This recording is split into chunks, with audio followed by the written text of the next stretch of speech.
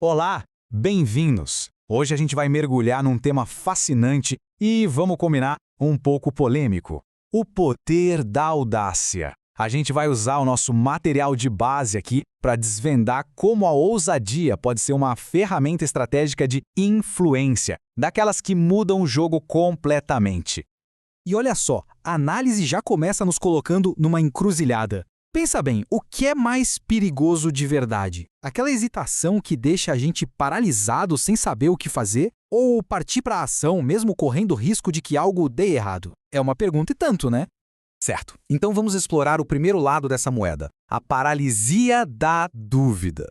E já adianto, a visão que o nosso material traz sobre isso é bem negativa. A ideia é que hesitar, ser tímido demais, tem um custo muito alto em qualquer situação. Mas afinal, o que é timidez nesse contexto? A fonte aqui define de um jeito bem forte, como um estado perigoso. A palavra usada é contaminar. É como se a dúvida e a hesitação fossem um tipo de veneno que entra na sua ação e já a deixa fraca desde o início, sabe? E a coisa fica ainda mais radical. A posição do texto é bem preto no branco mesmo. Se não há certeza sobre o que fazer, é melhor nem tentar. A lógica por trás disso é que uma ação que nasce da dúvida já nasce meio derrotada. Ela acaba comunicando fraqueza para todo mundo ver.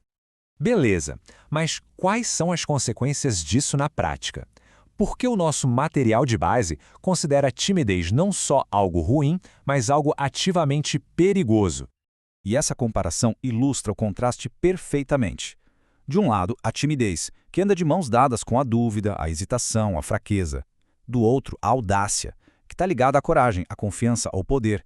O mais interessante aqui é essa ideia de que a timidez contamina, enquanto a audácia tem o poder até de consertar os próprios erros. E essa frase aqui resume tudo, né? Todos admiram o corajoso, ninguém louva o tímido. É direto e reto, a mensagem é clara.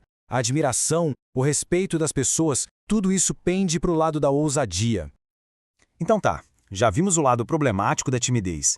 Agora vamos virar a chave e falar da solução que o texto apresenta, a audácia. E não é só como uma alternativa não, é apresentada quase como uma força mágica capaz de transformar completamente uma situação. E aqui vem uma das ideias mais curiosas e paradoxais de todas. A fonte afirma que qualquer erro cometido com ousadia pode ser facilmente corrigido com mais ousadia. Parece estranho, né? É como se a audácia fosse o antídoto para ela mesma, transformando um tropeço em só mais um passo ousado. Certo, mas como isso funciona na prática?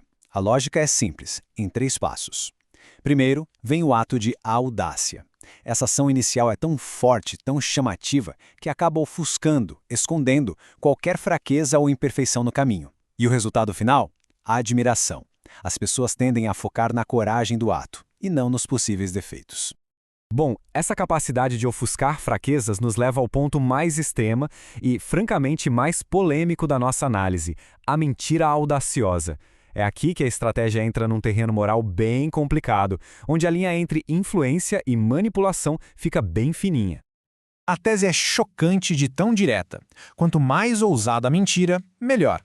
A ideia é que a escala e a confiança com que a mentira é contada podem paradoxalmente aumentar a credibilidade dela, passando por cima da desconfiança. E para reforçar esse argumento, o texto cita quem, digamos, entende do assunto. Os trapaceiros sabem que quanto maior a ousadia de uma mentira, mais convincente ela é. A falta de vergonha, a cara de pau, é apresentada aqui como uma arma estratégica. Mas por que isso funciona? O material aponta alguns mecanismos psicológicos. A confiança total de quem mente é por si só desarmante. A ousadia da história é tão grande que distrai a atenção das inconsistências. E no fim, essa performance toda faz com que o relato pareça mais verdadeiro. Mas calma, a audácia não se aplica só em situações extremas como o engano. O mesmo princípio pode ser usado de um jeito bem mais construtivo, como em uma negociação ou na definição de metas. É a famosa ideia de pedir a lua. E esse é o ponto-chave aqui. O princípio da audácia não se limita a atos de poder ou engano. A fonte o aplica diretamente ao ato de negociar e estabelecer metas, mostrando como ele pode ser uma ferramenta para expandir os limites do que a gente acha que é possível. E o conselho final do texto resume perfeitamente esse espírito. Peça a lua e ficará surpreso com a frequência com que a terá. É um chamado para a gente desafiar as próprias limitações e as expectativas dos outros, mirando sempre muito mais alto. Isso tudo nos deixa com uma reflexão final, que é o grande dilema dessa análise, não é? O material celebra a ousadia como uma virtude estratégica, mas nos leva a perguntar: onde exatamente fica a linha que separa a ousadia que inspira da arrogância imprudente que destrói? Fica aí a questão para a gente pensar.